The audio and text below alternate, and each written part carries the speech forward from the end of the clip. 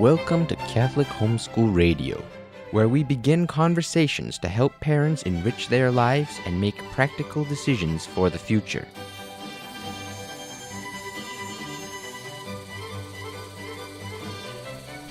Welcome again to Catholic Homeschool Radio. We're back talking with Kathleen Sullivan. We left off with Kathleen mentioning what the implosion in the churches in the 60s. And can you give us an idea of what life was like in your parish in the 50s? You were married then, you had a couple of kids, and then what was it like before the mid-60s? Well, the parishes where we lived in northwest suburban Chicago, the parishes were still fairly good. It was the Catholic schools that started going into the progressive liberal programs. And in our case, particularly the Jesuit high school that our boys were at, and the Dominican high school that our daughter was at.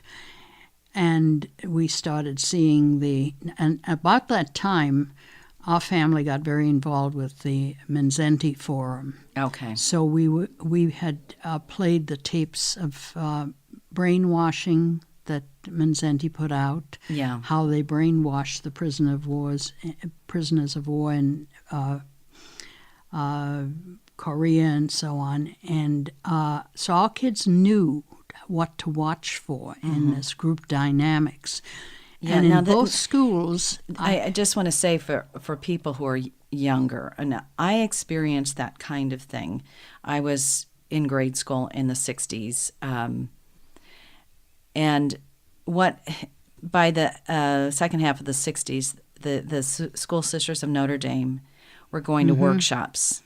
And they were coming back, and they would have us listen to Simon and Garfunkel's Hello Darkness. I have, and try to analyze these things. And they were having us do these psychological surveys. Yes. And it was distressing because we were taught to respect the sisters. And when somebody handed you a paper, you would fill it out. That was required. But these were not quizzes. This was not information on something you had learned. It was your personal life. And that was a new dynamic. And I found it was destructive and not good for the kids. You're very right. And our children recognize that.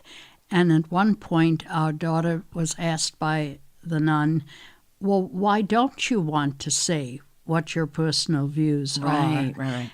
And she said, because it's not the position of this classroom to analyze it. And about the same time, our son ran into this at the Jesuit high school. Well, why wouldn't somebody want to share their personal thoughts with somebody else, which they thought would make it look like you're not trusting or so on. Right.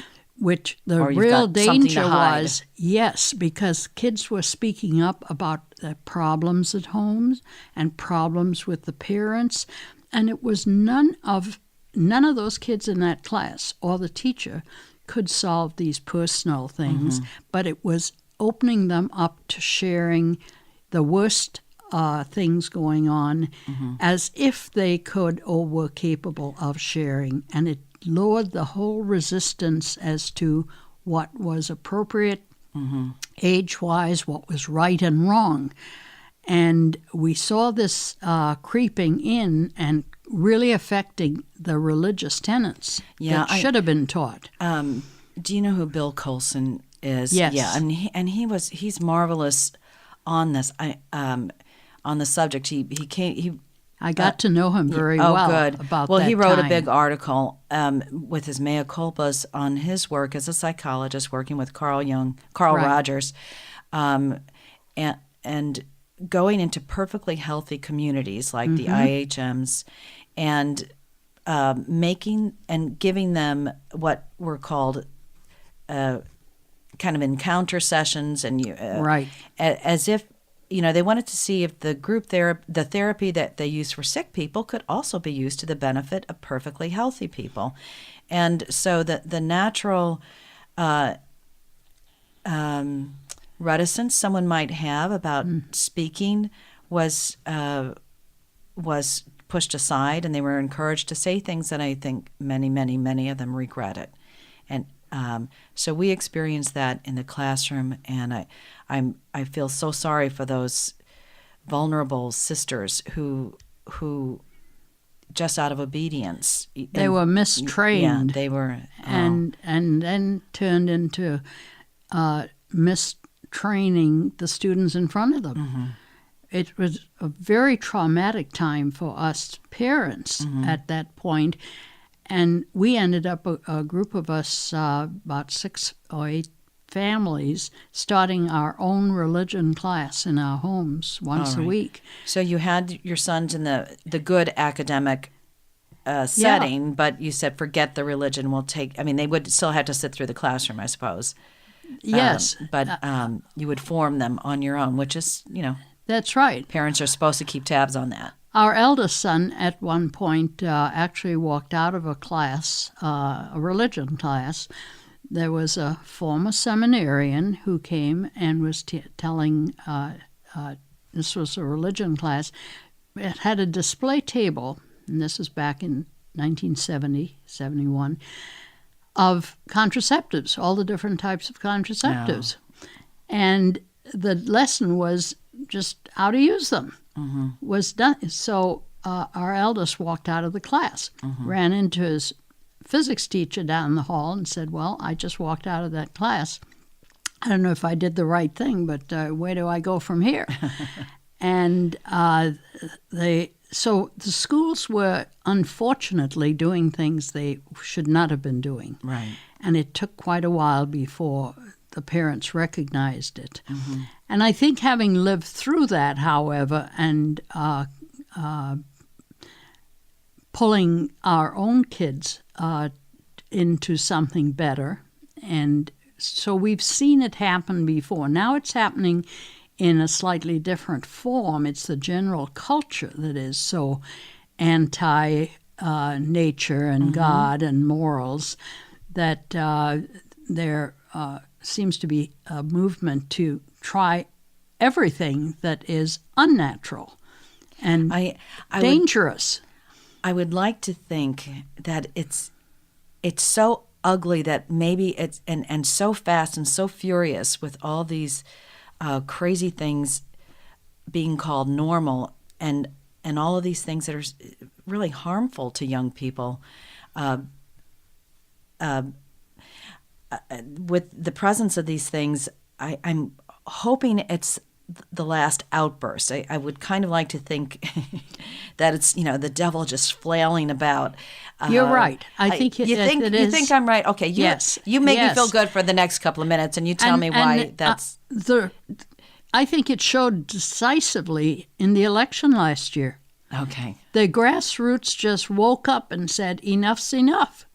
We are not going to tolerate. We're not going to pay for all these misdeeds of government at all different levels." And the same thing, I think, is going to happen, and is starting to happen within the churches. We, the laity, and those of us who've been around for many years, we're going to make sure that our children and grandchildren have the spotlight of truth put on what is being done and what is being promoted and what should be excluded. And the horrendous practice of abortion is not going to be tolerated much longer. And why do you think that? The younger people are definitely turning against it. All right. The consequences of those who've had abortions, the long-term consequences, who are back to the emotional effects, that is going to be harnessed, and all we need is some very good, strong leadership and organizing skills, and we can turn it around. And it can be turned around very fast, just as we showed in the last election last November. the reason that we have the new president we do is because the grassroots had just had it with theories and people who said things and couldn't really get things done and were wrong, and they're not going to pay for it anymore. I hope that's the case. And it seems like we have this alpha male in the presidency, and I'm totally okay with that. I hope he really wants. Well, stop and these think. things. He is now a grandfather.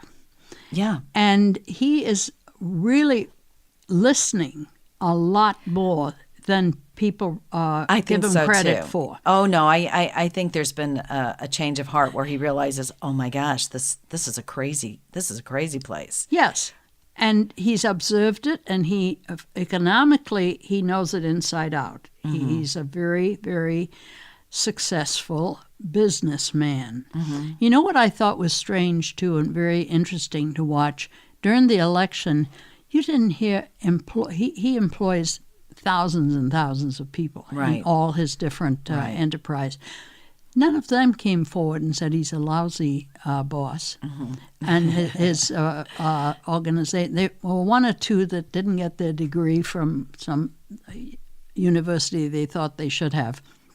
But the rank and file workers for the Trump enterprise, they are perfectly supportive and show up and come out, and they are praiseworthy.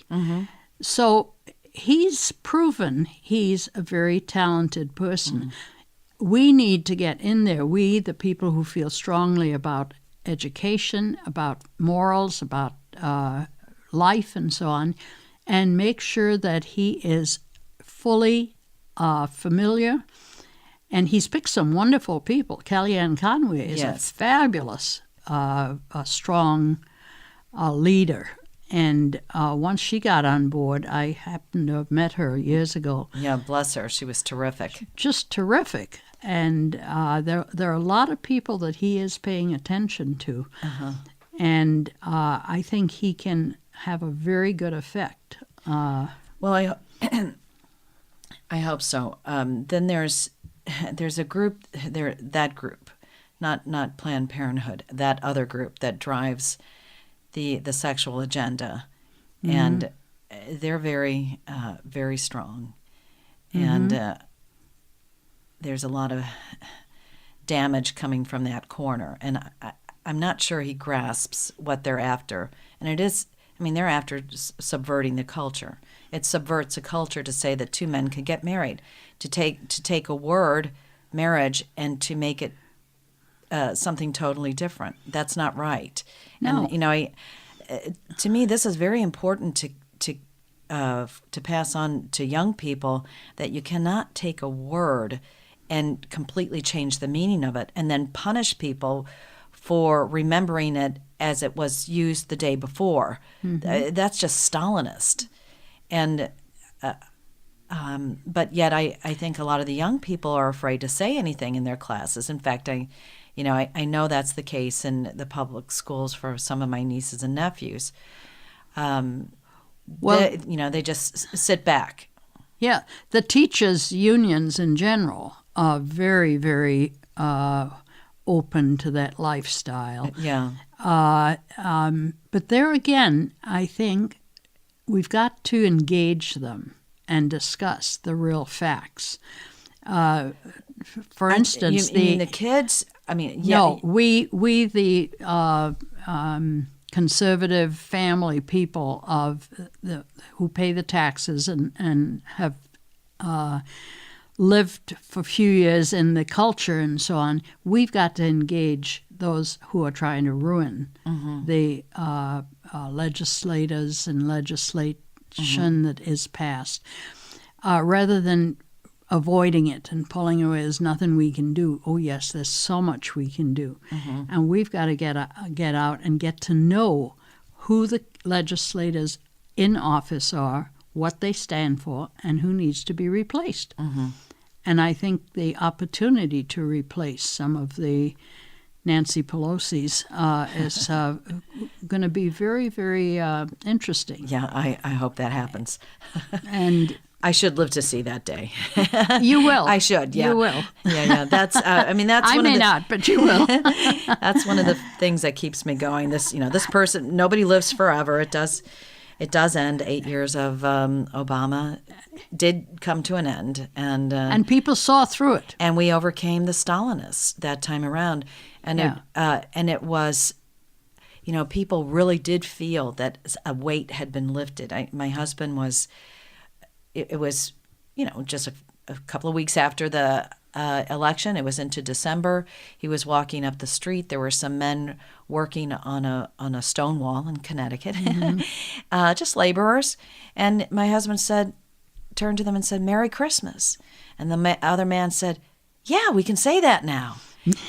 And so they had this exchange, they had both heard Trump say, but it's unbelievable that we were a culture that was beginning to be afraid of always winter and never Christmas, Right. That right. We couldn't even use these terms because we might offend somebody and get into trouble.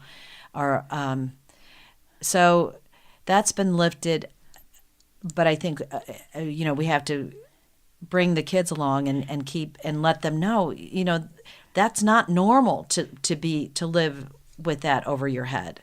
That's not normal. This is America. To say Merry Christmas with a smile, that shouldn't be a confrontational point with anyone. Well, there are many things, for instance, in that other lifestyle that we referred to that need to come out as public knowledge. Number one, it's an extremely unhealthy lifestyle.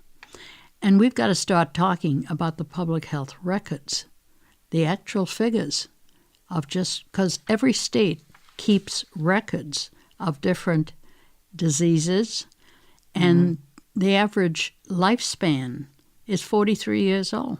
Oh, yeah, I know. You're always hearing about what the cost to a community is of the smoker or of the obese person, but HIV not so much, because that's not supposed to cost us anything. and it's an enormous cost, and the emotional trauma. Yes, we don't hear much about what it costs to keep the teenagers on the rest of their life in mental institutions, or the drug cost. They're on depressants. Yes, antidepressants, right. And even in the poverty area, stop and think, what is the greatest treasure for a poor person? The greatest treasure, pleasure, and satisfaction that they really can have. Well, to have children? A happy marriage. Oh, yeah. To get married. Right, and it's free. Encourage. Guess what? It's free. It's free. And it's a partnership. It's emotional satisfaction. And having children is wonderful. We have to turn the benefits and the reality of how good marriage is back as a public discussion. Let's You're get right. rid of this, children are too expensive and all the negatives. No, they're a wonderful treasure. But they're always, the other side is always, they have this mythology about the family that they promote. But we have to push that aside and get the reality out. Well, with 50% of marriages ending in divorce, the best way to change that, all the trauma that brings, it's a challenge. How are we going to do that? How are we going to do that? By changing the picture, changing the outlook. Okay, to speak about marriage as a wonderful thing. You have to work at. Well, you got to work at anything. Yeah. And taking drugs to alleviate your boredom or your hurt feelings is an escape. Nobody will advocate, well, it's fine if you're a bum. Yeah. We'll hand you your liquor or your drugs. No. Right. They sort of fall into that. Well, let's get rid of those labels. Yeah. Those labels are not something you want to have or be proud of. You want to get away from them. And by the way, here are the good, blessing labels. Stay healthy, respect whoever you're going to marry somebody, and have a good, happy marriage. I'd like to suggest something that could be added into marriage vows. Oh, what's that? No matter what happens, I'm going to make it work. Okay. No matter what could have been, don't ever think of what could have been, should have been, might have been. I'm going to make it work. And if each side says that, I think you'll see a lot more compatibility, let's say. Well, if they thought about it, because you are to be married to death do your part. So since we're, as Michael Novak had pointed out a long time ago, he said, yes, there are a lot more divorces today than previous times, but people are married a lot longer than they used to be. So, you're married now, not just for 20 years, 30, now it's 40, and you over 60 years, and you're still smiling, and Jerry was still smiling. Yeah. And, Lordy, you have to have a sense of humor. But I think we have to raise children to be more competent, to figure out their problems, to identify some problems. Yes. And then to do something about them. And that's because when you get into marriage, the problem isn't the spouse. There might be a problem, and you work out the problem somehow, or you find a way to either live with it or fix it. Yes. And that's life. And I don't know what the young people think marriage is about. They have these, even though the feminists have done their best to tell you how terrible marriage is, there's so many young people who have an absurd idea of what marriage is. It's supposed to make them, totally happy and right with the world and fulfilled and rich and beautiful. No, I wouldn't think or agree that they think it's going to make them happy and so on. Well, some do. It's much more fearful. There's a lot of fear, and so they stay away from it. Yeah. And then there are other young people who are just unrealistic. Yeah. But I think is lack of confidence that you can, in fact, make it work. Yeah, that's right. They don't think they have the ability because they've been told you probably don't. And it's so hard and terrible, and those awful kids that will, drag you down. That's just so awful, instead of really being proud and happy to be a co-creator in bringing on the next generations. Yes. They today think this is all there is, and I'm not going to think about any future, whether it's material or anything. It's here today and gone tomorrow, so I'll do what I want to do. Right. And then alternately, I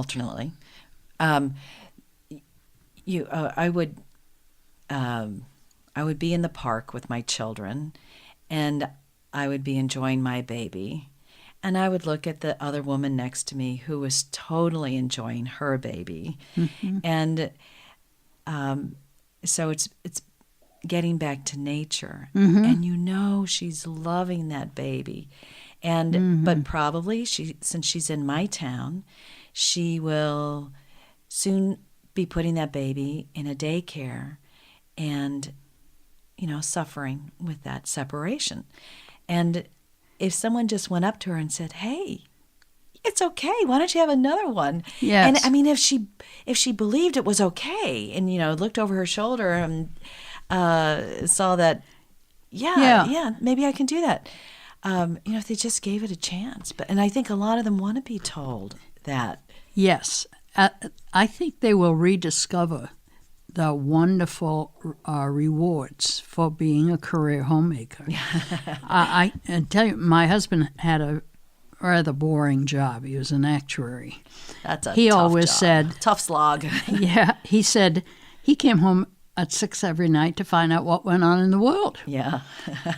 And we had a fabulous daily routine, and So was that a cocktail hour, and then you sat down and debriefed? And I would quit my activities, whether it was dinner, the children, or politics, or whatever, when he got home. And we had a visiting date every night. And it was fabulous. 62 years. Yes. And the kids would eat when they came home at 4, and then they'd have dinner again at 8:30 or 9. Oh, okay. We always had interesting. dinner at night, and it really, church-wise, for instance, we had a program, you may remember, Renew. And yes. Yeah. Our family doctor said, Kathleen, what do you think of that? You know, my patients are saying it's really wonderful. They are told to write down during the day things they would like to discuss with their spouse when they came home, and then set aside 20 minutes when he got home. And this was years ago. Men were usually the ones working. And as I started to laugh as he's explaining this, and then his wife looked at me and says, Kathy, that's our cocktail hour. The church is just catching up. Okay, so it all comes down to this. Bring back the cocktail hour. Have mom and dad sit down. Home. Yeah. Home. Oh, yeah. Have mom and dad sit down together, pour them a glass of wine or a cup of tea, whatever. We'll let them have and those really interact. Exchanges, yeah. And keep interested in each other's activities and interests. And there's just lots to talk over. Yeah, and I also find it's important for the kids to see mom and dad doing that. Yes. They kind of drift in and out of a room when there's that situation. We do something, we did something similar when our kids were home. And also I think it's very important to liberate the kids and let them say what's going on, and instead of just jumping on them and saying you have to be respectful of this priest or what this nun said or what this teacher said. You want them to be respectful, but what you have to discuss what's going on, and you have to say this is wrong. I think there were too many people who were too polite, and they would tell their children, "Now you don't really know.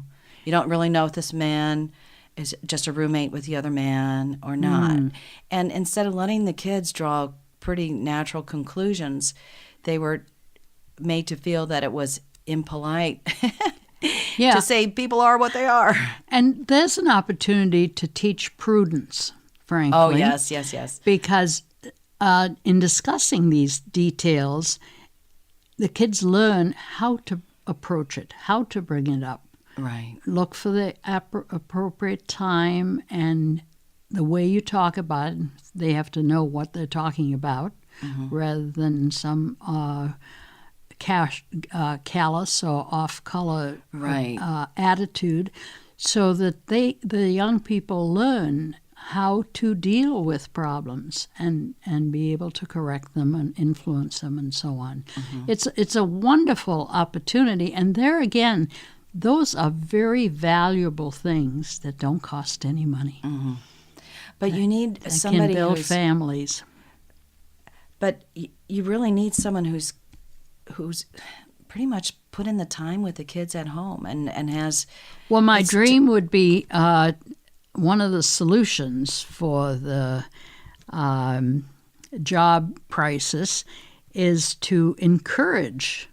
And if dads want to be the one to stay home, we could try that out. But encourage mom to stay home and be a career homemaker, and make it worthwhile by special tax credits for that partnership, because it cuts down on this child care cost, on shipping the kids off, preschool.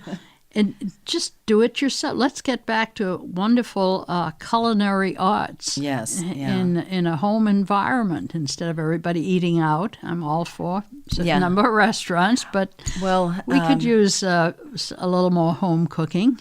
Well, this is where I know you developed your phrase career homemaker, and that was in opposition to the feminists who were pretty much saying, yeah, women are not appreciated, so now they should be more like men, and basically get out and earn a salary so you can compare favorably to men, and that was so backwards. Yes, because women had it pretty well, I think, back in the 50s and 60s. And I think they were could enjoying never. themselves.